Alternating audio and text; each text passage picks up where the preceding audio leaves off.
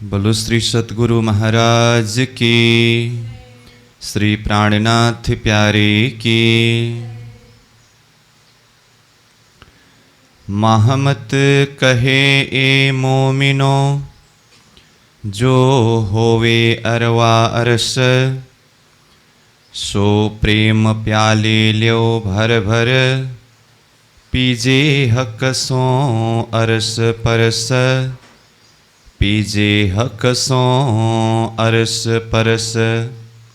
फूल बाग और पिछल पाल तालाब के, कई बन शोभा लेत, ए बन आगों फिरवल्या, परे धाम नो दिखाई देत, परे धाम लो दिखाई देत। और पिछल पाल तालाब के। अक्षरातीत पूर्ण ब्रह्म परमात्मा प्रियतम धामधनी श्रीराज जी की असीम अनुकंपा के द्वारा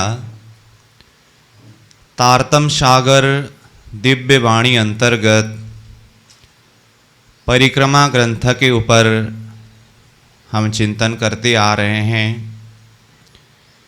जिसमें अब तक प्रकरण 9 तक के भाव को चिंतन किया, श्रवण किया। विशेष करके प्रकरण 8 और 9 में हौज कौशर तालाब का वर्णन हुआ। तो अब अभी के इस बैठक में हम प्रारंभ करने जा रहे हैं प्रकरण 10 से। यह प्रकरण 10 में विशेष करके फूलबाग का वर्णन प्रसंग है।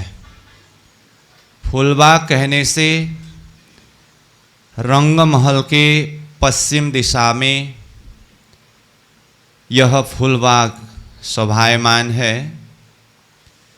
जैसे कि रंगमहल के 7 परिक्रमा के प्रसंग में भीतर से बाहर की तरफ के परिक्रमा में प्रथम परिक्रमा पूर्व में चांदनी चौक, दक्षिण में बड़ पीपल की चौकी, उसके बाद पश्चिम दिशा में फूलबाग और नूरबाग की शोभा है, जो रंगमहल की साथ में लग कर के फूलबाग की शोभा शोभायमान है। तो उसी को यहाँ प्राणनाथ जी यह 10वें प्रकरण के द्वारा वर्णन करने जा रहे हैं। तो सारांश रूप में फूलबाग की एक झलक शोभा को चिंतन करें। रंगमहल के पश्चिम दिशा में 1500 मंदिर का लंबा, 1500 मंदिर का चौड़ा समचौरस यह फूलबाग का एरिया हुआ। नीचे ज़मीन में वही 1500 मंदिर की लंबा चौड़ा एरिया में नूरबाग है। नूरबाग के ऊपर छत अथवा चांदनी ही फूलबाग का ज़मीन है। रंगमहल के जो भौम भर ऊंचा चबूतरा है, उस चबूतरा के साथ में जुड़ करके यह फूलबाग आया है। 1500 मंदिर की लंबा चौड़ा फूलबाग में सर्वप्रथम 10 की 10 हारे बृहद बगीचे होने से कुल बगीचों की संख्या 100 है। इन बगीचों के बीच बीच में जो रोस है, रोस 11 की 10 हारे अथवा 10 की 11 हारे, इस तरह से रोस का क्रम है। रोस कहने से अभी जो हिसाब हम कर रहे हैं, यह एक बगीचा से दूसरी बगीचा के बीच के संधि को लेकर के बताया गया है। तो वहाँ पर 3 मंदिर की चौड़ाई है। अब ये एक रोस यानी कि 3 मंदिर की चौड़ाई की जगह को भी 3 भाग में विभाजन किया है। मध्य के हिस्सा एक मंदिर की चौड़ाई में नहर है और दाएं बाएं के हिस्सा एक एक मंदिर में रोस है। इस तरह से देखें तो प्रत्येक रोस में मध्य में नहर और दाएं बाएं एक एक 2 रोस इस क्रम से है। तो संपूर्ण रोस में नहरों की शोभा इसी तरह से आया है। और नहरों के साथ में जो चेहबच्चे हैं, चेहबच्चों की क्रम को देखें, मध्य में 9 की 9 हारें 81 चेहबच्चे हैं। चारों तरफ की चेहबच्चा दक्षिण, पश्चिम और उत्तर तरफ किनार में दिशा में 9 चेहबच्चे, तीनों दिशा के मिलाने से 27 चेहबच्चे हुए। धाम की तरफ यानी कि फूलबाग के पूर्व दिशा के तरफ 3000 चेहबच्चे आए हैं और साथ में चारों कोण में 4 चेहबच्चे हैं। यह बृहद बगीचे यानी कि 100 बगीचों से लगते हुए चेहबच्चों का क्रम है। अब इन बृहद 100 बगीचों में से एक बगीचा को देखें तो एक बगीचा के अंदर और कई छोटे बगीचे हैं। तो एक बगीचा के अंदर 4 की 4 हारें 16 छोटे बगीचे हैं और उसी एक बगीचा के अंदर यानी कि बृहद बगीचा के अंदर 4 की 4 हारें 16 बगीचों से लगते हुए नहर और चेहबच्चों की संख्या को देखें तो 9 चेहबच्चे, 3 की 3 हारें चेहबच्चे आने से कुल 9 चेहबच्चे हुए। और रोस अथवा नहर देखें तो 4 की 3 हारें, 3 की 4 हारें, इस क्रम से रोस अथवा नहर आने से एक बृहद बगीचा के अंदर कुल 16 बगीचा, 9 चेहबच्चा और 24 रोस अथवा नहरों की शोभा है। तो एक बृहद बगीचा जैसा है 100 बगीचा ही ऐसा ही होने से कुल चेहबच्चों की संख्या अगर देखें तो यह भीतर की छोटी चेहबच्चा 900 है और बगीचों की संख्या 1600 है, नहर अथवा रोस की संख्या 2400 है। इस तरह से एक बृहद बगीचा के अंदर के छोटे चेहबच्चा, बगीचा, नहरों की शोभा हुई। अब पूर्व में हमने जो 1500 मंदिर की जगह में 10 की 10 हारें बगीचा कहा, उसमें भी प्रत्येक बगीचा के संधि में आया हुआ रोस नहर ने 3 मंदिर की जगह को लिया। तो एक बगीचा का 150 मंदिर का लंबा चौड़ा हिसाब होता है, एक तरफ की मध्य नहर से दूसरी तरफ की मध्य नहर तक। लेकिन नहर और रोस को छोड़ करके सिर्फ बगीचा के ही भीतर के हिसाब अगर देखें तो एक बृहद बगीचा का लंबाई चौड़ाई 147 मंदिर का होता है। और वो 147 मंदिर में भी भीतर 4 हार बगीचा आने से, जिस 4 बगीचा को बीच की नहर रोस ने अलग किया है अथवा विभाजन किया है, तो ये बीच में आया हुआ नहर अथवा रोस एक मंदिर के चौड़ाई में है। तो 4 बगीचों के बीच में ऐसे 3 नहर आने से 3 मंदिर की जगह नहर ने लिया। इसीलिए 147 मंदिर के चौड़ाई में यह 3 मंदिर नहर ने लिया तो बाकी रहा 144 मंदिर। अब यह 144 मंदिर 4 छोटे बगीचा के रूप में विभाजन हुआ है। इस क्रम से देखें तो 144 मंदिर डिवाइड 4 बगीचा यानी कि 4 हिस्सा करते समय एक छोटी बगीचा का लंबाई चौड़ाई 36 मंदिर का होता है।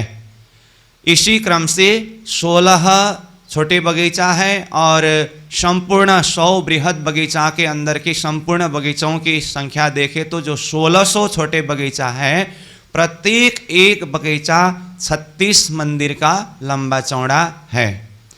इस बगीचा के अंदर यानी कि इन सर्व छोटी बगीचों में से एक बगीचा के अंदर देखें तो 13 की 13 हारें फूलों के वृक्ष है। तो 13 की 13 हरे वृक्ष आने से इनके मध्य में संधि अथवा चौक 12 की 12 हरे होते हैं। तो 13 वृक्षों के बीच में 12 संधि, तो एक वृक्ष से दूसरे वृक्ष के बीच की दूरी 3 मंदिर का होता है। तो 13 वृक्षों के बीच के 12 संधि, तो एक संधि में 3 मंदिर होने से 12 गुना 3 36 मंदिर का हिसाब इस तरह से पूरा होता है। मतलब एक बगीचा के अंदर 13 की 13 हरे फूलों के वृक्ष है। ऐसे ही संपूर्ण बगीचों की शोभा है।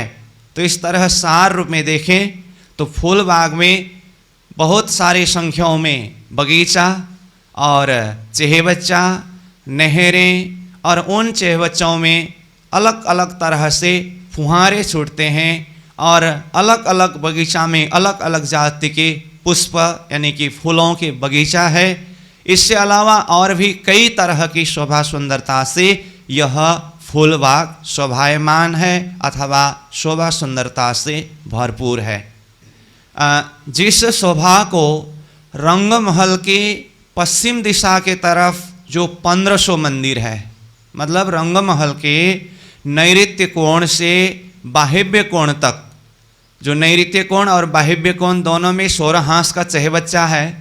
ये दोनों चेहबच्चा के बीच में जो रंगमहल के 1500 मंदिर आया हुआ है, ये 1500 मंदिर में जो झरोखे हैं, इन झरोखों में बैठ कर के फूल बाग की सारी शोभा को दृश्यावलोकन कर सकते हैं। ये फूल बाग की शोभा हुई। अब इस शोभा को महामती प्राणनाथ जी अपनी वाणी के माध्यम से जिस तरह से वर्णन कर रहे हैं अथवा किए हैं, वाणी के चौपाई के आधार पर इस फूल बाग की शोभा को हम चिंतन करेंगे। तो अब आइए ये प्रकरण 10 जहाँ फूल बाग को विशेष रूप से वर्णन किया है, इसको हम प्रारंभ करते हैं।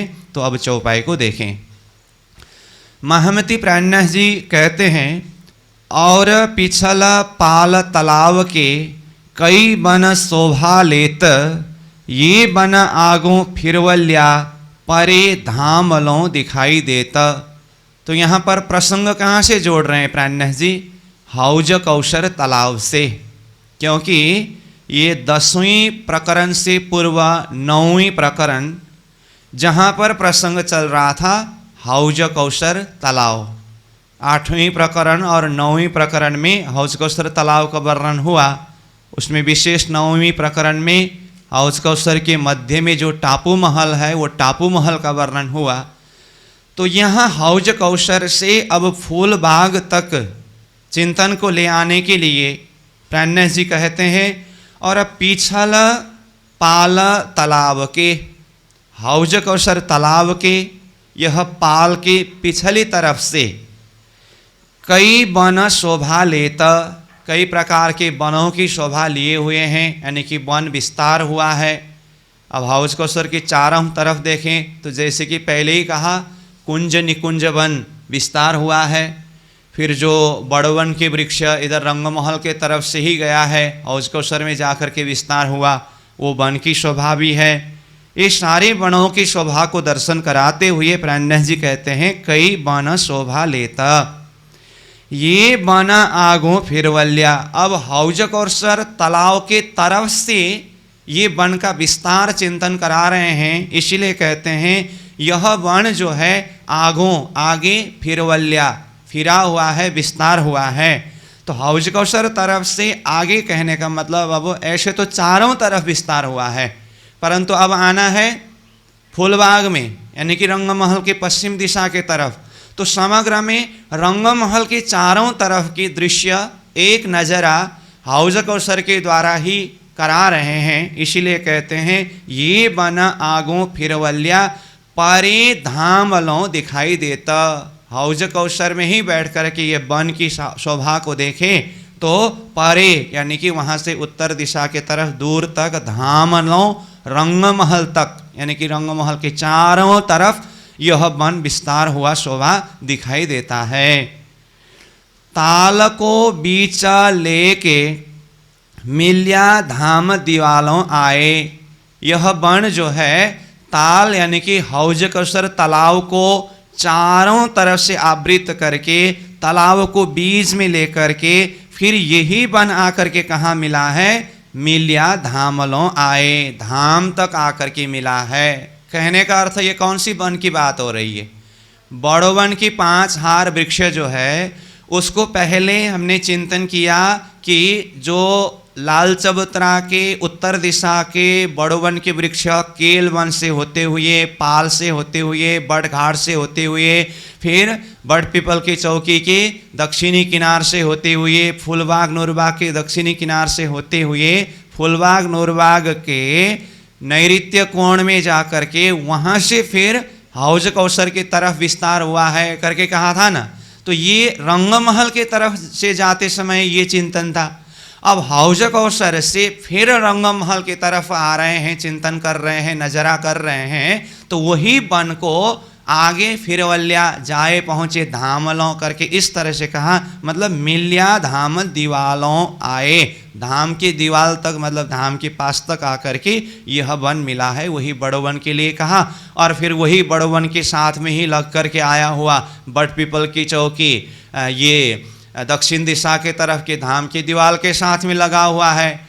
फिर वही बड़ो वन के पास में आया हुआ ये फूलबाग जो पश्चिम की तरफ धाम की दीवाल के साथ में ही लग करके आया है। तो ये सारी शोभा को चिंतन करना चाहिए, दर्शन करना चाहिए। तो फिर आगे देखिए, कई मेवे केते कहों अगणित गिने न जाए। उन वनों में, उन वृक्षों में कई तरह के भिन्न भिन्न जाति के मेवे फल, केते कहूँ उसको मैं कहाँ तक शब्द में वर्णन करूँ, अगणित गिने न जाए। जो अगणित है, गिने न जाए, गिनती नहीं किया जा सकता है, जो अनगिनित बेशुमार है, उस शोभा को मैं कहाँ तक वर्णन करूँ। फिर तीसरे नंबर चौपाई में कहते हैं, तरफ पिछला धाम के अन्न वन मेवे अनंत। अब आना है फूलबाग में, परंतु फूलबाग से जो पश्चिम तरफ अन्न वन है वो अन्न वन की शोभा को दिखा रहे हैं, क्योंकि वो बड़ो वन के साथ में अगर चिंतन को आगे बढ़ाते आए तो ये बड़ो वन फूलबाग के पश्चिमी किनार में अन्न वन की जमीन में 5 हार वृक्ष होकर के आया था ना, वही वहाँ से फिर पूर्व की तरफ से आया हुआ वृक्ष के साथ में मिलन करके हौज कौसर की तरफ गया था।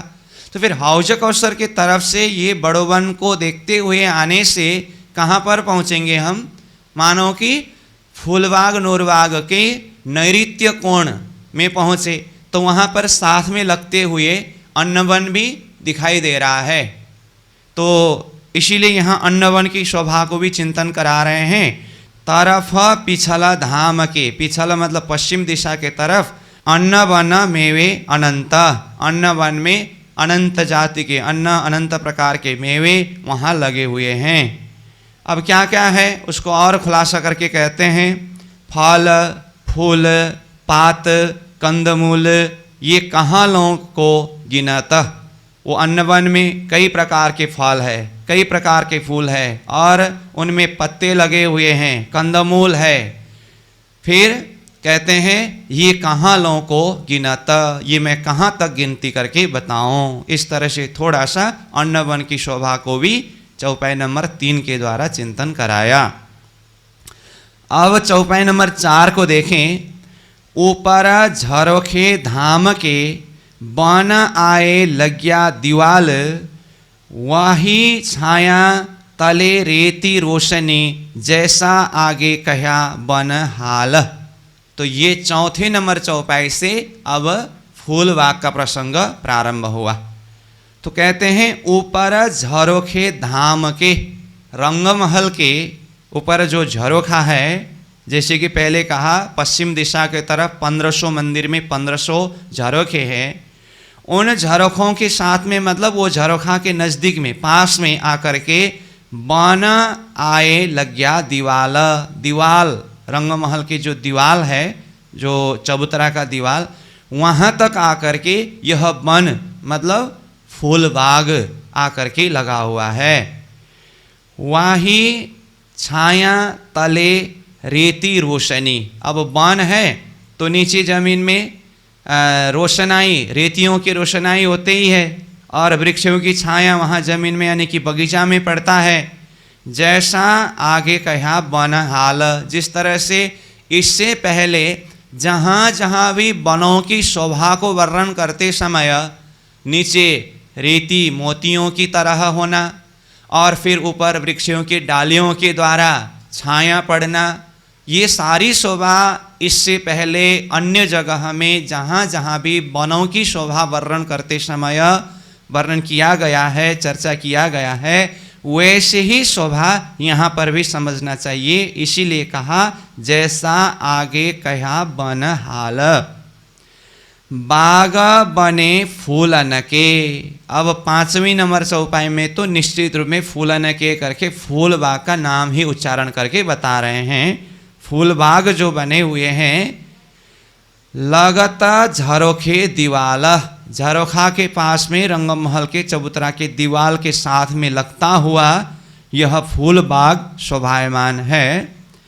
जब आवत है इन छज्जों, रंगमहल के इन छज्जों में, अब छज्जा कहने से झरोखा की छज्जा अथवा ऊपर भोम भोम की छज्जा में आकर के देखे तो भी ये शोभा को देख सकते हैं।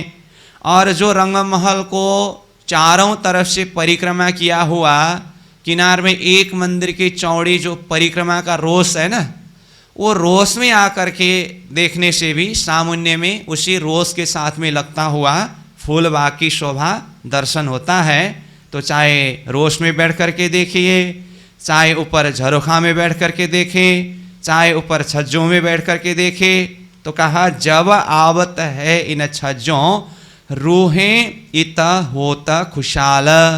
फूल बाग की ये शोभा को दर्शन करके रूहें यानी कि परमधाम की आत्माएं खुशहाल मतलब प्रसन्न होते हैं। वहाँ पर भिन्न भिन्न प्रकार के फूलों के बगीचे हैं, अलग अलग रंगे बिरंगे विभिन्न जाति के फूल खिले हुए हैं। उसके साथ में जो नहरों की शोभा, चहेबच्चों की शोभा, फुहारों की शोभा, ये सारी शोभाओं को चाहे झरोखा में, छज्जा में, चबूतरा में बैठ कर के देखने से सखियाँ खुशहाल हो जाती है। लग लग होए के बैठत ऊपर छज्जों के आए, आगों उठत ऊंचे फुहारे जल झलकत मोती गिराए। देखिए लग लग होए के बैठत, झरोखों में आकर के बिल्कुल आमने सामने, झरोखा में बैठेंगे तो बिल्कुल ही सामने में है ना ये बगीचा, तो सामने में होकर के सखियाँ लग लग मिल करके आमने सामने होकर के जब बैठते हैं, होए के बैठत ऊपर छज्जों के आए, ऊपर छज्जों में आकर के अथवा झरोखों में आकर के राजश्यामा जी सखियाँ जब विराजते हैं तो आगों उठत ऊंचे फुहारे, वहीं आगे सामने में जो फूलबाग के चहेबच्चों में जो फुहारे उछलते हैं उसका नज़रा सामने में दिखाई दे रहा है। जल झलकत मोती गिराए, मानो कि जल एक मोती ही गिर रहा हो ऐसा प्रतीत होता है। इस तरह से जल में वो प्रकाश जो है झलझलाकार रूपे न प्रकाशित हो रहा है। वो फुहाराओं की शोभा को देखते समय ऐसा प्रतीत होता है मानो कि मोती ही गिर रहा हो।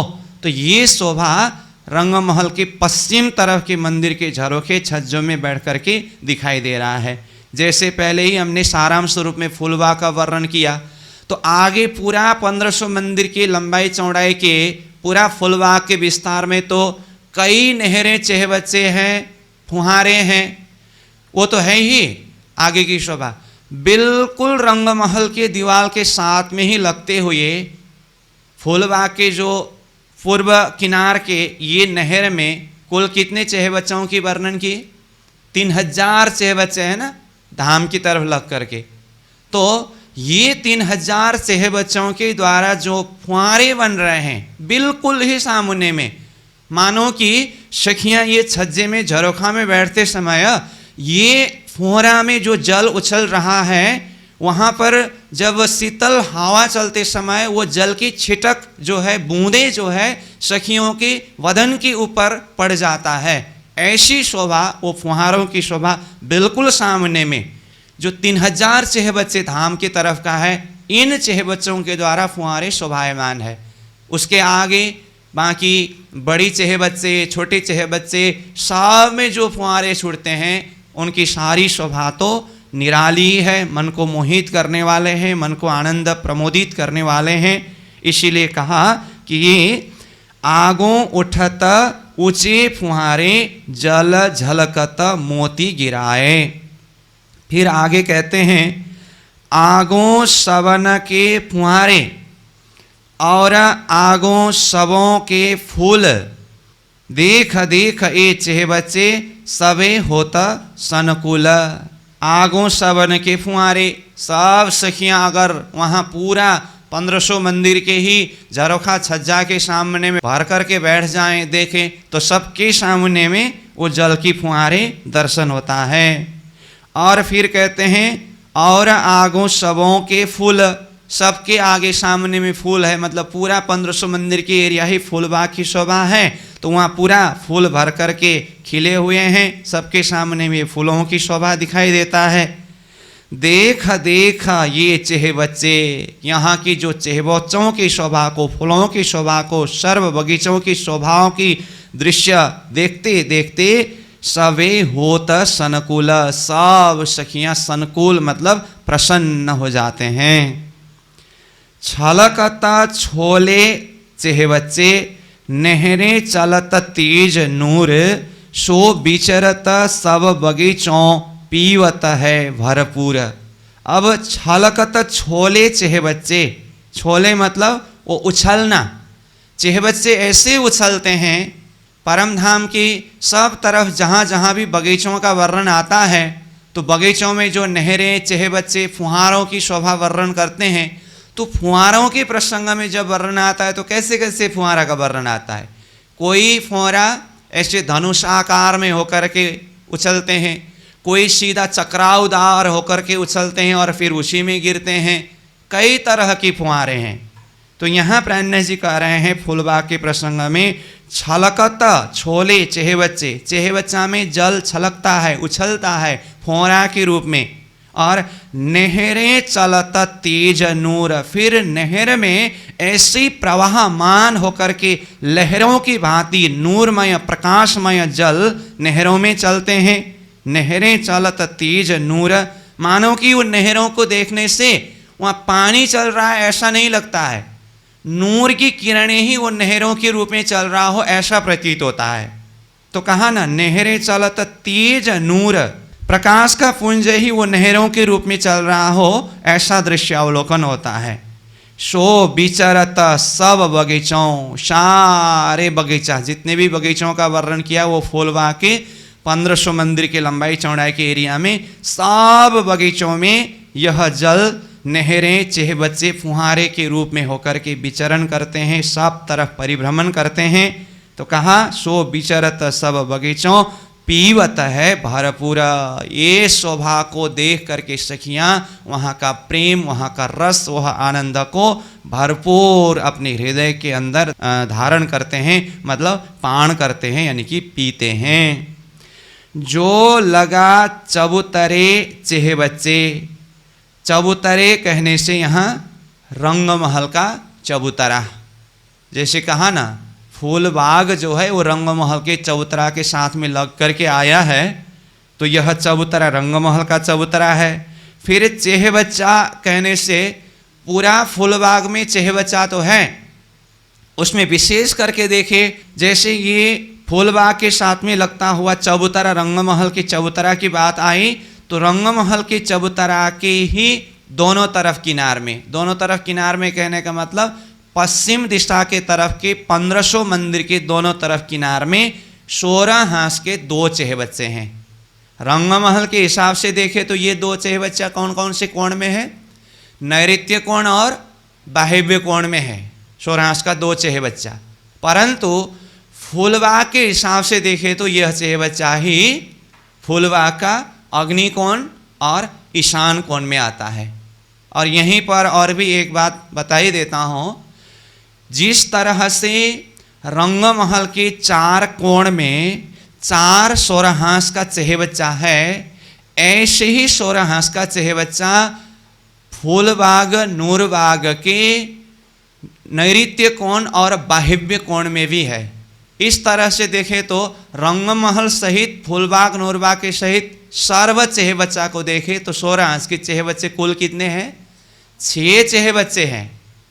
तो ये 6 चेह बच्चों में से रंगमहल के हिसाब से देखें तो यहाँ जो 2 चेह बच्चे की हम बात कर रहे हैं ये नैऋत्य कोण और बाह्य कोण के चेह बच्चा है, परंतु फूलबाग नूरबाग के हिसाब से देखें तो रंगमहल का नैऋत्य कोण का चेह बच्चा फूलबाग के लिए अग्नि कोण का चेह बच्चा है।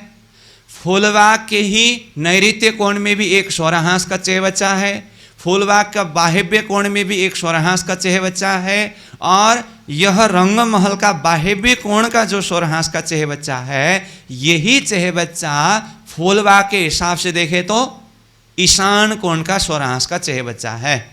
तो इस तरह से 16 हांस की चेह बच्चा की स्वभावी है। तो यहाँ जो लगा चबूतरे चेह बच्चा शब्द आया तो चबूतरा रंगमहल का चबूतरा, और चेह बच्चा कहने से रंगमहल से कहे तो नैऋत्य कोण और बाह्य कोण, फूलबाग से कहे तो अग्नि कोण और ईशान कोण कि ये 2 चेह बच्चा के लिए कहा है। तो ये चबूतरा सहित चेह बच्चा की शोभा को देखने से बुजरक बड़ा विशाल, बुजरक शब्द का अर्थ श्रेष्ठ, बड़ा मतलब बहुत बड़ा, ज्यादा, विशाल मतलब अत्यंत ज्यादा श्रेष्ठ महिमा युक्त ये शोभा दिखाई देता है।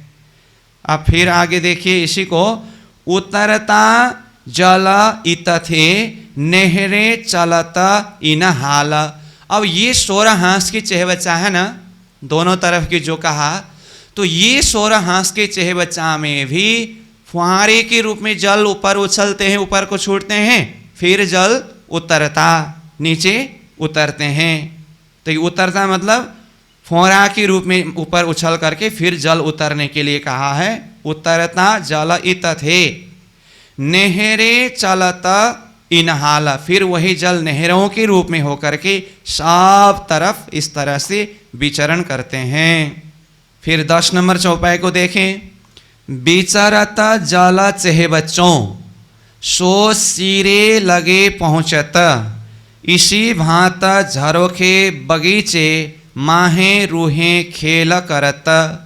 विचरत जल चेह बच्चों, विचरत मतलब विचरण करके, फैल करके, विस्तार होते हुए यह जल चेह बच्चे से होते, मतलब चेह बच्चे नहरें, चेह बच्चे नहरें होते हुए सब तरफ विचरण करके, परिभ्रमण करके यह जल कहाँ तक पहुँचता है?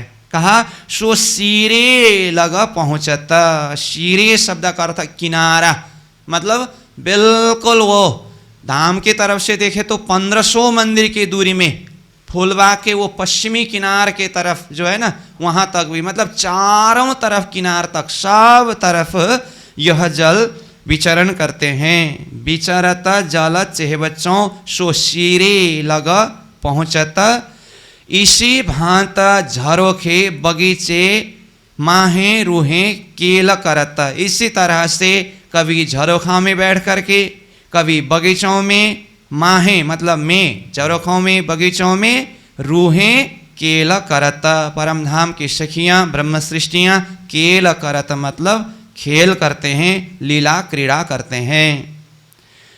इन ऊपर छज्जे विराजत, अब ये फूलबाग के ऊपर छज्जा विराजमान है। अब छज्जा कहने से रंगमहल की तरफ देखें तो रंगमहल के प्रत्येक भौम में छज्जा है कि नहीं? प्रथम भौम में तो नीचे परिक्रमा का रोष आया है, उसके ऊपर प्रत्येक भौम में देखे तो प्रत्येक भौम में छज्जा है और प्रत्येक मंदिर में झरोखा है।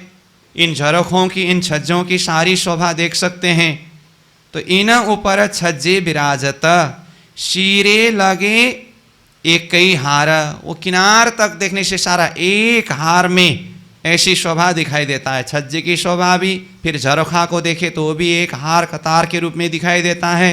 इन छज्जों में, झरोखों में बैठ कर के बगीचों की शोभा को देखे तो वो भी बिल्कुल किनार तक एक हार लाइनबद्ध रूप में बगीचों की शोभा है।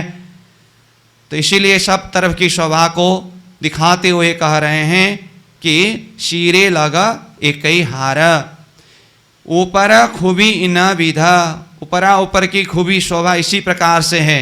शोभा लेता किनारा, किनार में बैठ करके ये सारी शोभा को ले सकते हैं, देख सकते हैं, अनुभव कर सकते हैं।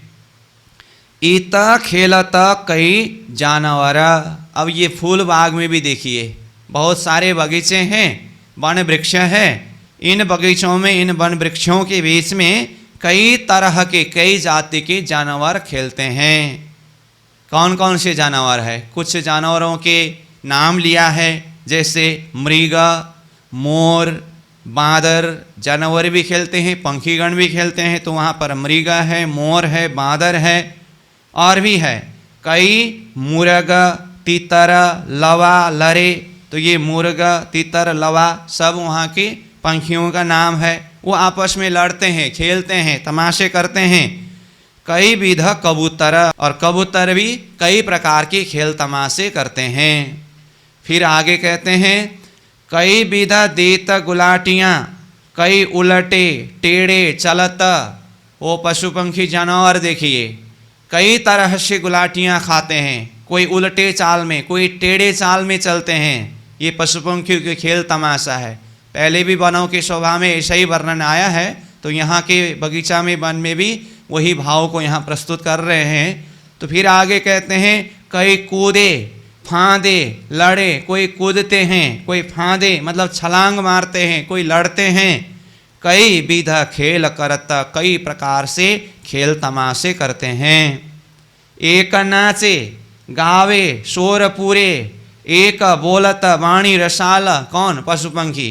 एक आकर के नाचने लगते हैं तो दूसरा गाने लगते हैं, दूसरा गा रहे तो फिर दूसरे आकर के शोर पहुंचाते हैं, शोर मिलाते हैं साथ में, शोर पूरे।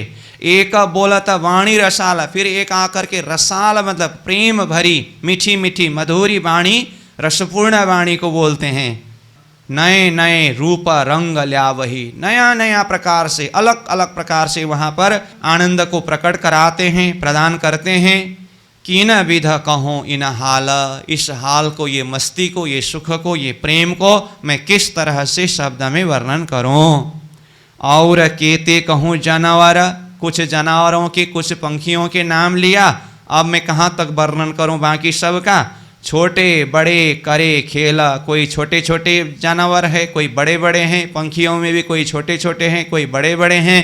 सब अपने अपने प्रकार से खेलते हैं, तमाशे करते हैं। ये खुशहाली खावंद की रूहों करावे इसका केला। ये जितने भी जानवर है, पशु पंखी है, ये सब के सब क्या है? खावंद की खुशहाली है। यानी कि प्रियतम धाम धनी परमात्मा श्रीराज जी को आनंद प्रदान करने वाले, खुशी प्रदान करने वाले ये खिलौना रूप है, सब सामग्री रूप है। ये खुशहाली खावंद की रूहें करावे इसका केला। अब इन पशु पंखियों के साथ में रूहें अथवा रूहों की इच्छा अनुसार ये पशु पंखियों का इसकमय खेल तमाशे होते हैं। ये खिलौने खावंद के सब विध के सुखकार। फिर कहते हैं ये खिलौने खावंद के, ये जो भी पशु पंखी जानवर जो भी है, ये खावंद परमात्मा के खिलौना रूप है। खिलौना मतलब वो खुशी आनंद प्रदान करने वाले हैं। है तो परमात्मा स्वयं आनंद स्वरूप है, लेकिन वो आनंद को अनुभव करने के लिए, आनंद का रस स्वादन करने के लिए स्वयं परमात्मा ही एक से अनेक रूप में ये चेतना का विस्तार हो करके ये अपने ही अंग रूप है सारा। वैसे तो ये सब ये आनंद का, खिलौना का स्वरूप है, साधन है। इसके द्वारा प्रियतम धामधनी वो आनंद अनुभव करते हैं। फिर कहते हैं सब विध के सुखकार, सब प्रकार के सुख अनुभव कराने वाले सुखकारी है ये सारे।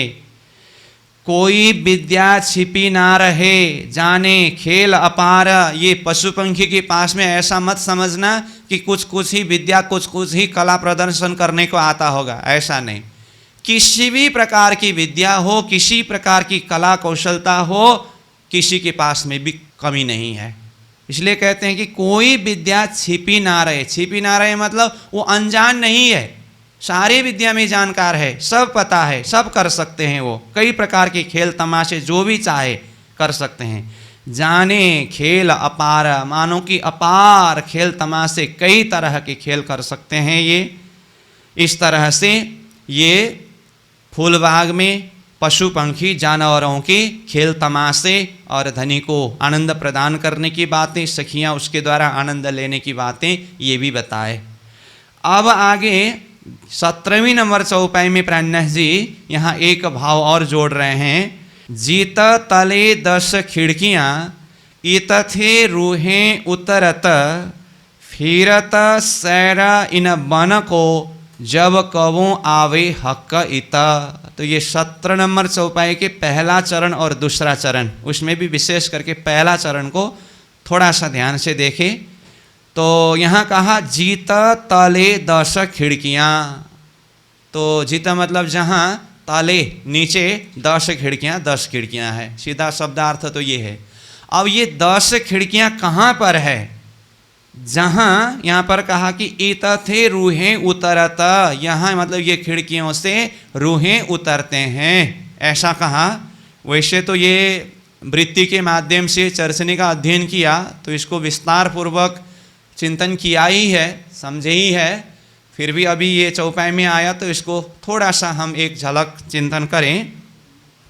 जैसे कि पहले से ही कहा, ये फूलबाग जो है रंगमहल के पश्चिम दिशा के तरफ 1500 मंदिर के सामने में है। तो ये जीत तले 10 खिड़कियाँ करके ये 10 खिड़की का प्रसंग आ रहा है ना, इसके लिए हमें पहले जाना होगा रंगमहल के जो नैऋत्य कोण के चेहबच्चा और बाह्य कोण के चेहबच्चा के सामने के भीतर तरफ जो 1500 मंदिर है, ये 1500 मंदिर में से मानो कि नैऋत्य कोण के चेहबच्चा के सामने के मंदिर से गिनती प्रारंभ करें तो यहाँ से मतलब कहाँ से कहा, नैऋत्य कोण के चेहबच्चा के सामने से मंदिर को गिनना प्रारंभ करें तो 75 मंदिर पूरा होने के बाद 75वां और 76वां मंदिर के संधि का दीवाल जो है मंदिर के भीतर, संधि के दीवाल में मध्य में एक दरवाज़ा है। तो ये दरवाज़ा के पश्चिमी तरफ की दीवाल के चौड़ाई में वहाँ खड़े होने से एक छोटी सी खिड़की, मतलब छोटी सी दरवाज़ा की तरह वहाँ पर एक शोभा है। तो वो दरवाज़ा से यानी कि वो एक खिड़की रूप से नीचे भौमभर सीढ़ी उतरी है। ये पहला खिड़की अथवा पहला सीढ़ी है। तो यहाँ से ये सीढ़ी नीचे उतरते समय ये कहाँ पर जाकर के सीढ़ी निकले हैं? तो ये भौमभर नीचे जाकर के जहाँ पर नूरबाग बना हुआ है फूलबाग के नीचे, यानी कि परमधाम की जमीन में, तो वो जमीन से 3 सीढ़ी ऊंचा 2 मंदिर का चौड़ा जो परिक्रमा का रोष है, जिस रोष ने पूरा रंगमहल की चबूतरा को परिक्रमा किया है, चबूतरा के दीवाल के साथ में लगता हुआ नीचे वो रोष में ये सीढ़ी जाकर के निकला है। तो जहाँ जाकर के सीढ़ी पूरा हुआ तो वो धाम दीवाल में भी नीचे से देखने से वहाँ पर भी छोटी सी दरवाज़ा, कहो तो छोटी सी खिड़की की जैसी शोभा यहाँ पर भी दिखाई देता है। अब ये खिड़की से निकल करके जो रोष है जमीन में, ये रोष को पार करके आगे जाएं तो कहाँ पर पहुँचेंगे हम? नूरबाग के प्रथम बगीचा का मध्य भाग में पहुँचेंगे। प्रथम बगीचा मैंने क्यों कहा? क्योंकि हमने अभी एक ही खिड़की की बात कर रहे हैं। तो जिस तरह से फूलबाग में 1500 मंदिर में 10 बगीचे हैं, उसके सीधा नीचे नूरबाग में भी 1500 मंदिर में 10 बगीचा है। एक बगीचा का लंबाई चौड़ाई 150 मंदिर का है। तो 150 मंदिर का है तो उसका आधा करेंगे तो 75 मंदिर का होगा ना। तो ऊपर से खिड़की कहाँ से उतार दिया था, वह सीढ़ी कहाँ से उतार दिया? नैऋत्य कोण के चेहबच्चा के सामुन्य के मंदिर से गिनती प्रारंभ करके 75वीं मंदिर को छोड़ करके 76वीं मंदिर और 75वीं मंदिर के संधि दीवार से सीधा नीचे गए तो नीचे प्रथम बगीचा जो 150 मंदिर का है उसका मध्य में जो 75 मंदिर है, इसके बिल्कुल सामने में ये पहला खिड़की अथवा पहला सीढ़ी उतरा है। ठीक है, अब ये पहला सीढ़ी अथवा खिड़की को जानने के बाद आगे बाकी कितने सीढ़ी को उतारना है? 9 सीढ़ी, कुल 10 होना है ना। तो ये तो सहज से समझ सकते हैं। अब जहाँ से पहला सीढ़ी उतरा है, ये मंदिर की संधि दीवार अथवा ये मंदिर से क्रमशः आगे जाते जाते 150 मंदिर पार करके, जहाँ पर अब 150 और 151वीं मंदिर, मतलब 150 मंदिर पार करके यहाँ की संधि दीवार से फिर यहाँ खिड़की अथवा दरवाजा होकर के पहले की तरह ही भोंभर नीचे सीढ़ी उतरी है। तो ये सीढ़ी जाकर के कहाँ लगे हैं? ये सीढ़ी पूरा होकर के फिर सीधा आगे जाएं तो दूसरा बगीचा का मध्य भाग में पहुँचते हैं। तो इसी तरह से क्रमशः फिर तीसरे सीढ़ी, दूसरे सीढ़ी जहाँ से उतरे हैं यहाँ से 150 मंदिर के बाद, फिर वहाँ से 150 मंदिर के बाद चौथी, वहाँ से 150 मंदिर के बाद पाँचवीं, करते करते 150 की दूरी में जा करके 10 सीढ़ी खिड़की के द्वारा 10 सीढ़ी नीचे उतरे हुए हैं। 10वां सीढ़ी जहाँ से उतरा है, यहाँ से अब आगे जाए तो 75 मंदिर को पार करते ही बाह्य कोण के चेहबच्चा के सामने के मंदिर में पहुँच जाते हैं। तो इस तरह से ये 1500 मंदिर के बीच में दोनों तरफ के चेहबच्चा के सामने से देखे तो 75 मंदिर की दूरी पर, बाकी 10 खिड़कियों के बीच में जो 9 संधियां हैं मंदिरों के, ये सब में देखे तो 150 मंदिर के संधि होते हैं। नीचे बगीचा में नूरबाग में जा कर के देखे तो 10 बगीचा है। प्रत्येक बगीचा के मध्य भाग के सामुन्य में धाम दीवाल में छोटी सी खिड़की अथवा दरवाजा का रूप होकर के वहाँ से फिर सीढ़ी नीचे से देखे तो चढ़ी है, ऊपर से देखे तो उतरी है। तो यहाँ से सखियाँ 10 खिड़कियों में से कहीं से भी आ सकते हैं और जा सकते हैं, ये शोभा है। तो अब इसके आधार पर चौपाई को पुनः देखें तो कहा जीता ताले 10 खिड़कियाँ। ताले मतलब अब फूलबाग के नीचे नूरबाग की जमीन के भीतर तरफ धाम दीवाल में वहाँ पर 10 खिड़कियाँ दिखाई देता है। ऊपर संधि दीवाल में भी खिड़कियाँ दिखाई देता है दोनों तरफ से, और वहाँ सीढ़ी उतरी है। तो उसके लिए यहाँ कहा जीता ताले 10 खिड़कियाँ। इत थे रूहें उतरता, यहाँ से रूहें मतलब सखियाँ उतर सकते हैं अथवा चढ़ सकते हैं। तो उतरता कहा, ये शोभा हुई। फिरत सैरा इन बन को जब कबू आवे हक इत। फिरत शहरा इन बन को, इन बन मतलब प्रसंग क्या चल रहा है? फूलबाग। अब फूलबाग के साथ में सीढ़ी के द्वारा नीचे उतर करके देखे तो नीचे नूरबाग की शोभा को भी देख सकते हैं, इसलिए इन वन मतलब ऊपर फूलबाग को देखें, नीचे नूरबाग को देखें। इन वनों में फिर सकते हैं, घूम सकते हैं, विहार कर सकते हैं। जब कबो आवे हक इत, जब कभी भी प्रियतम धामधनी श्रीराज जी महाराज हम सखियों को लेकर के इत यहाँ पर आते हैं तो इन जगहों में फिरते हैं, खेलते हैं, आनंद विहार करते हैं।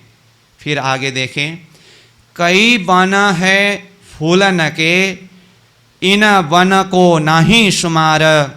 कई भांते रंग कई जुगते कई कांगरियाँ किनार।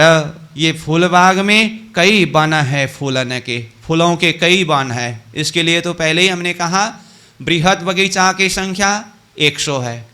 100 बृहद बगीचों में से एक बगीचा के अंदर छोटे बगीचे 16 है। तो सर्व छोटे बगीचों की संख्या देखें 1600 है। प्रत्येक एक छोटे बगीचा के अंदर 13 की 13 हारे फूलों की वृक्ष है, वन है। तो इन सारी शोभा को प्राणनाथ जी एक शब्द में कई शब्द के द्वारा बता रहे हैं। तो कहते हैं कई वन है फूलन के इन वन को नहीं शुमार। यहाँ के वनों के, यहाँ के फूलों की, यहाँ की शोभा का कोई शुमार नहीं है, हिसाब में शब्द में वर्णन नहीं किया जा सकता है। कई भांते रंग कई जुगते, कई प्रकार के रंगों के, कई युक्ति युक्त शोभा से सुसज्जित है। अब फूल कहने से एक ही जाति के एक ही रंग के है ऐसी नहीं है, कई रंग के, कई जाति के फूलों के बगीचे हैं वहाँ पर। कई कांगरियाँ किनार, किनार में कांगरी की शोभा भी कई तरह के बने हुए हैं। वहाँ देखे तो फूलों की ही कांगरी की शोभा बनी हुई है। तो ऐसा है। फिर कहते हैं हिसाब नहीं फूलन को, हिसाब ना चित्रामन, हिसाब नहीं खुशबुए को, हिसाब ना रंग रोशन। अब वहाँ के फूलों के हिसाब करना चाहे तो कहते हैं हिसाब नहीं फूलन को, फूलों का तो कोई हिसाब ही नहीं है। अब एक एक फूलों में कई तरह की चित्रकारियाँ बने हुए हैं, तो वो चित्रकारी को हिसाब करें तो वो भी संभव नहीं है। हिसाब ना चित्रामन, चित्रकारियों का हिसाब ही नहीं है। हिसाब नहीं खुशबुए को, अब पूरा परमधाम सुगंधमय है। 5 विशेषताओं में से सुगंध यानी कि खुशबू, ये तो हम बार बार चिंतन चर्चा करते ही आ रहे। उसमें भी देखिए फूल बाग ही है ये, तो फिर यहाँ की खुशबू, यहाँ की सुगंध, उसको कैसे हिसाब करें? तो कहा हिसाब नहीं खुशबुए को, हिसाब ना रंग रोशना, वहाँ के विभिन्न प्रकार के रंगों को और वहाँ की रोशनाई नूर प्रकाश को अगर हिसाब करना चाहे तो वो बिल्कुल संभव ही नहीं है। कई मेवे फलन के, कई मेवे है फूल, कई मेवे डार पात के, कई मेवे कंदमूल। है तो ये फूलबाग, फूलबाग में भी कई तरह की मेवे हैं, और फूलबाग के साथ में लग कर के आगे क्या है, अन्नवन तो है ही।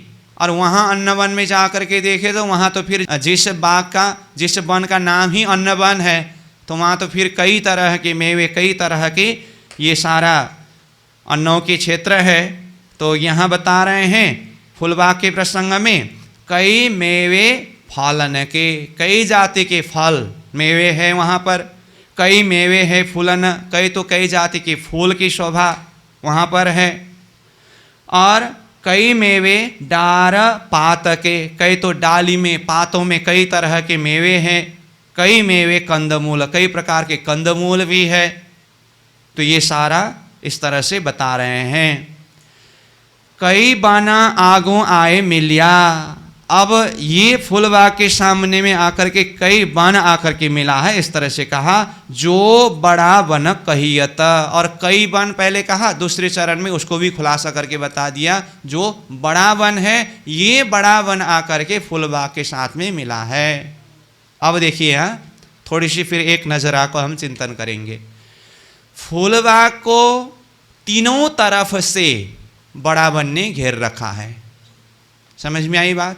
वैसे बार बार हमने ये बात पहले भी चर्चा किया है, फिर भी अब पर्टिकुलर ये फूलबाग में ही खड़ा होकर के देखें तो फूलबाग को तीनों तरफ से, तीनों तरफ से कहने का मतलब दक्षिण, पश्चिम और उत्तर, तीनों तरफ से बड़वन की वृक्ष, जिनकी ऊंचाई ऊपरा ऊपर 5 भूम 6 चांदनी का है। अब फूलबाग के हिसाब से अगर देखें तो बड़वन की ऊंचाई यहाँ से ऊपरा ऊपर 4 भूम 5वीं चांदनी है। बड़वन ने कैसे घेर के रखा है? जैसे कि हम प्रसंग में बार बार चर्चा कर रहे हैं, ये केल घाट से होते हुए, पाल से होते हुए गया हुआ जो बड़वन का वृक्ष, बट घाट की एरिया पूरा होने के बाद बट पीपल की चौकी के दक्षिण तरफ से आगे बढ़ते हुए फिर यही वन रंगमहल का नैऋत्य कोण के चेहबच्चा के पास में पहुंचने के बाद वहाँ से चेहबच्चा को ही आवृत करके मरोड़ खा करके फूलबाग नूरबाग के दक्षिणी किनार में से होते हुए ये पश्चिम की तरफ फूलबाग के नैऋत्य कोण तक गया था। तो ये पूर्व की तरफ से होते हुए गया हुआ जो वृक्ष, बड़वन का वृक्ष, फूलबाग नूरबाग के दक्षिणी तरफ किनार में होकर के गया है। इसीलिए दक्षिण तरफ देखे तो पूरा 1500 मंदिर के एरिया में ही बड़वन के वृक्ष है। अब बाकी जिस तरह से रंगमहल के उत्तर दिशा के लाल चबूतरा के सामने के बड़वन के वृक्ष 5 हार पूर्व की तरफ गए, ऐसे ही पश्चिम की तरफ ही गया करके हम पहले से भी चर्चा करके आए हैं। हाँ, तो पश्चिम की तरफ जाते समय कहाँ से होके गए? रंगमहल के बाह्य कोण के चेहबच्चा के पास में से होकर के ये 5 हार बड़वन की वृक्ष फूलबाग नूरबाग का उत्तरी किनार से होते हुए सीधा पश्चिम तरफ 1500 मंदिर फूलबाग के एरिया तक सीधा गया है। तो ये पूर्व से पश्चिम की तरफ बड़वन की वृक्ष गया, लेकिन फूलबाग नूरबाग के हिसाब से देखें तो ये किस दिशा की तरफ है? उत्तर दिशा की तरफ है। अब यही 5 हार बड़वन की वृक्ष फूलबाग के बाह्य कोण में जाने के बाद पश्चिम से इसने किस तरफ मरोड़ लिया? दक्षिण दिशा की तरफ मरोड़ लिया। तो अन्न वन के पूर्वी किनार यानी कि फूलबाग के पश्चिमी किनार हुआ। तो अन्न वन का ही जमीन में होकर के ये 5 हार बड़वन की वृक्ष अब ये उत्तर से दक्षिण दिशा की तरफ मरोड़ खाते हुए गए और 1500 मंदिर आगे जाकर के ये फूलबाग का नैऋत्य कोण में जाकर के पूर्व के तरफ से होते हुए आए 5 हार बड़वन के साथ में इन्होंने मिलन किया। तो इस तरह से देखे तो लाल चबूतरा के पश्चिम तरफ से गया हुआ 5 हार बड़वन की वृक्ष ने फूलबाग का उत्तर दिशा और पश्चिम दिशा को घेर लिया और पूर्व की तरफ से गया हुआ 5 हार बड़वन की वृक्ष ने फूलबाग का दक्षिण तरफ की एरिया को घेर लिया। इस हिसाब से देखे तो फूलबाग के तीनों तरफ बड़वन की वृक्ष आया है। और जैसे कि पहले ही कहा ये बड़वन की वृक्ष जमीन में है और फूलबाग भौम भर ऊपर होने से बड़वन की वृक्ष तो 5 भौम 6 चांदनी का ही है, परंतु फूलबाग की जगह से देखे तो ऊपर ऊपर 4 भौम 5वीं चांदनी तक है। तीनों तरफ ये बड़वन की वृक्ष ने फूलबाग को छत्री मंडल के रूप में डाल करके ये शोभा सुशोभित है। और फूलबाग के पूर्व तरफ देखे तो रंगमहल तो 9 भौम 10वीं आकाशी युक्त शोभायमान है ही। तो इस तरह ये फूलबाग को 3 तरफ से बड़वन ने और पूर्व तरफ धाम के मंदिर अथवा धाम दीवाल ने इस तरह चारों तरफ से घेर करके शोभा को बढ़ाया हुआ है। और ये बड़वन की वृक्ष जो तीनों तरफ की जो बात आई उनकी डालियों में हिंडोला लटके हुए हैं।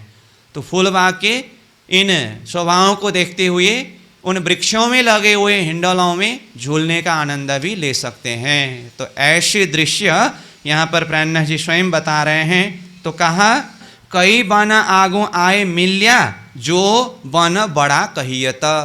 बड़ा वन जो है वो आकर के इस तरह से मिला है, तीनों तरफ से घेर रखा है। तो कहते हैं ऊंचे वृक्ष अति सुंदर। कितने ऊंचे? जमीन से देखे तो वृक्ष 5 भौम 6 चांदनी, फूलबाग से देखे तो ऊपर ऊपर 4 भौम 5वीं चांदनी। ऊंचे वृक्ष अति सुंदर जीता हिंडोलों हिंचता। बड़वन के वृक्ष कहते ही डालियां तो लटकते ही है और डालियों में हिंडोला तो लटकते ही है। उन हिंडोला में खींच सकते हैं, झूल सकते हैं। कई वृक्ष कई हिंडोले। अब कई शब्दों के द्वारा बता दिए। यहाँ कहाँ तक गिनती करें? अब कई वृक्ष है और कई वृक्षों में कई हिंडोले हैं। जुदी जुदी कई जिनस, अलग अलग प्रकार के कई शोभा से युक्त ये वृक्ष और हिंडोलों की शोभा को देखना होगा। श्याम श्यामा जी साथ जी सुख लेवे अरस परस। प्रियतम धामधनी श्रीराज जी, श्यामा जी और सखियाँ इन हिंडोलों में अरस परस होकर के झूलने का सुख लेती है। कहों कहों लंबे हिंडोले, कहों 3 से बड़े अतंत। देखिए कहीं कहीं लंबे हिंडोले हैं। अब कहीं कहीं लंबे हिंडोले कहने से तो ऐसा लगता है ना कहीं कहीं छोटे हिंडोले। नहीं, प्राणनाथ जी कहते हैं कहों कहों लंबे हिंडोले, कहों 3 से बड़े अतंत, उससे भी और अत्यंत बड़ा, मतलब बड़ा लंबे लंबे हिंडोले हैं। ऐसे हिंडोलों में झूलते हैं। कहों कहों छोटे बने, कहीं कहीं छोटे छोटे हिंडोले भी है। फिर कहा कई जुदी जुदी जुगत, कई अलग अलग युक्ति से सुसज्जित अलग अलग प्रकार के ऐसे हिंडोले उन बनों में, उन बनों की डालियों में लगे हुए हैं। कहों सेज्या हिंडोले। देखिए कहीं कहीं तो ऐसे हिंडोले हैं, सेज्या हिंडोले हैं। हिंडोला में झूलते झूलते आराम से शयन कर सकते हैं। सेज्या हिंडोला देखिए कितनी मस्ती है। कहों हिंडोले सिंहासन, कहीं तो हिंडोला में ही सिंहासन, मतलब सिंहासन रूपी हिंडोला है, ऐसा है। कहों कहों खड़ियाँ हिंचता, कहीं कहीं तो फिर खड़े होकर के एकदम हिंचने का ऐसा हिंडोला है। यों कई होता इना बना। इस तरह से कई प्रकार की सुख इन बनों में लगे हुए हिंडोलों में होता है। एक सोए हिंडोले ले वही। अब एक सखी जा करके वो सोने वाले जो पलंग रूपी हिंडोला में जा करके हिंचते हैं, सुख लेते हैं। एक बैठता हिंचता, एक सखी ऐसे बैठ करके हिंचने वाले हिंडोला में जा करके बैठते हैं। मन चाहे कोई भी कहीं भी जिस तरह का सुख ले सकते हैं। तो एक बैठ के हिंचता, एक बैठ करके हिंच रहे हैं, झूल रहे हैं। एक उठे, एक बैठाता है। फिर एक ही हिंडोला में कोई सखी उठ रहे हैं, एक सखी बैठ रहे हैं, ऐसे हिंच रहे हैं। यों जुगला केल करता, इस तरह से जुगला, जुगला कहने से अब जुगल स्वरूप राजश्याम जी तो है, परंतु यहाँ कहा ना एक उठ करके एक बैठ करके, तो एक ही हिंडोला में एक उठ करके एक बैठ करके भी हिंचने के कारण यहाँ जुगल शब्द के द्वारा, जुगल मतलब दो सखियाँ भी जुगल होते हैं। दो सखियाँ मिल करके एक ही हिंडोला में एक उठ करके एक बैठ करके हिंचते हैं। और जुगल स्वरूप राजश्यामा जी तो साथ में हिंचते ही है, झूलते ही है। इस प्रकार की सुख का वर्णन कर रहे हैं। फिर आगे कहते हैं इन बना जिमी की रोशनी मावत नहीं आकाश। सारी शोभा की वर्णन करने के बाद फिर वही हर एक वस्तु में कण कण में जर्रे जर्रे में इतनी नूर है, इतनी प्रकाश है। तो टापू महल का प्रसंग में वो नूर के विषय में शहूर करके समझाया ना, तो कई जगह में समझाया है। तो यहाँ पर भी वही बात बता रहे हैं। तो कहा इन बन जिमी की रोशनी, यह फूलबाग और यहाँ की जमीन की जो रोशनी प्रकाश मावत नहीं आकाश, आसमान में नहीं समाता है। इन रोशन हिंडलों हिंचता, यहाँ की रोशन प्रकाशमय हिंडलों में झूलाओं में झूलते हैं। क्यों कहूँ खूबी खास, ये खास खूबी को मैं किस तरह से शब्द में वर्णन करूँ। इस तरफ चबूतरा धाम का आए मिल्या बन इत, महमत कहे इन अकले क्यों कर कहूँ सिफत। अब ये 27 नंबर चौपाई जो 10वां प्रकरण का अंतिम चौपाई है, ये चौपाई ने फूलबाग से होते हुए परिक्रमा करा करके उत्तर दिशा में लाल चबूतरा की तरफ ले जा रहे हैं। क्योंकि अब आगे ये 10वें प्रकरण के बाद 11वें प्रकरण में लाल चबूतरा का प्रसंग वर्णन होना है। तो फूलबाग से लाल चबूतरा तक तो ले जाना है ना। तो ये 10वें नंबर प्रकरण का अंतिम यानी कि 27वीं नंबर चौपाई अब आत्मा को लाल चबूतरा की तरफ ले जा रहे हैं। तो कहते हैं इस तरफ चबूतरा धाम का। अब इस तरफ मतलब यहाँ से अब उत्तर दिशा की तरफ चबूतरा धाम का। चबूतरा कहने से अब प्रसंग के हिसाब से लाल चबूतरा आने वाला है, और लाल चबूतरा जो धाम के चबूतरा के साथ में ही लग करके आया है, इसलिए चबूतरा धाम का शब्द से धाम के चबूतरा के साथ में ही लगता हुआ लाल चबूतरा, इस अर्थ में समझना चाहिए जो रंगमहल के उत्तर दिशा की तरफ है। आए मिल्या बन इत, इत मतलब यह लाल चबूतरा के साथ में आकर के कौन सा वन मिला है, जिस वन के विषय में कई बार हमने चर्चा किया। अब बड़ो वन की 5 हार वृक्ष के कारण लाल चबूतरा के उत्तर तरफ के 41 के 41 हारे वृक्ष है, तो वो कई बार उच्चारण हो चुका है, वर्णन हो चुका है। और चौपाई में प्रसंग इस तरह से आ रहा है आए मिल्या बन इत, मतलब लाल चबूतरा के साथ में आकर के मिला है यहाँ से उत्तर तरफ की जो बड़वन की वृक्ष अथवा बड़वन। यहाँ तक बताएं। अब कहते हैं महमत कहे इन अकले, मामति कहते हैं इस अकल के द्वारा, इस बुद्धि के द्वारा क्यों कर करूं सिफत, इसकी सिफत इसकी महिमा को मैं किस तरह से वर्णन करूं। तो इस तरह ये 10वां प्रकरण में विशेष करके हौज कौशर से चिंतन को आगे बढ़ाते हुए रंगमहल के पश्चिम दिशा के तरफ के फूलबाग की शोभा को विशेष रूप से वर्णन किया। फिर यहाँ से उत्तर तरफ के लाल चबूतरा तक हमारी नज़र को, हमारी दृष्टि को, हमारे चिंतन को पहुँचाया है। अब यहाँ से आगे 11वें प्रकरण में लाल चबूतरा, फिर वहाँ से सामने में बड़ो वन, वहाँ पर पशु पंखियों के खेल तमाशे, ये सारी शोभा वर्णन करेंगे। उसको हम अगले सत्र में चिंतन करेंगे। अभी के लिए ये 10वां प्रकरण का अंतिम यानी कि 27वीं नंबर चौपाई को दोहरा करके ये सत्र को विश्राम करें। इस तरफ चबूतरा धाम का आए मिल्या बन इत, महमत कहे इन अकले, क्यों कर करूं सिफत, क्यों कर करूं सिफत। बोलो श्री प्राणनाथ प्यारे की प्रणाम।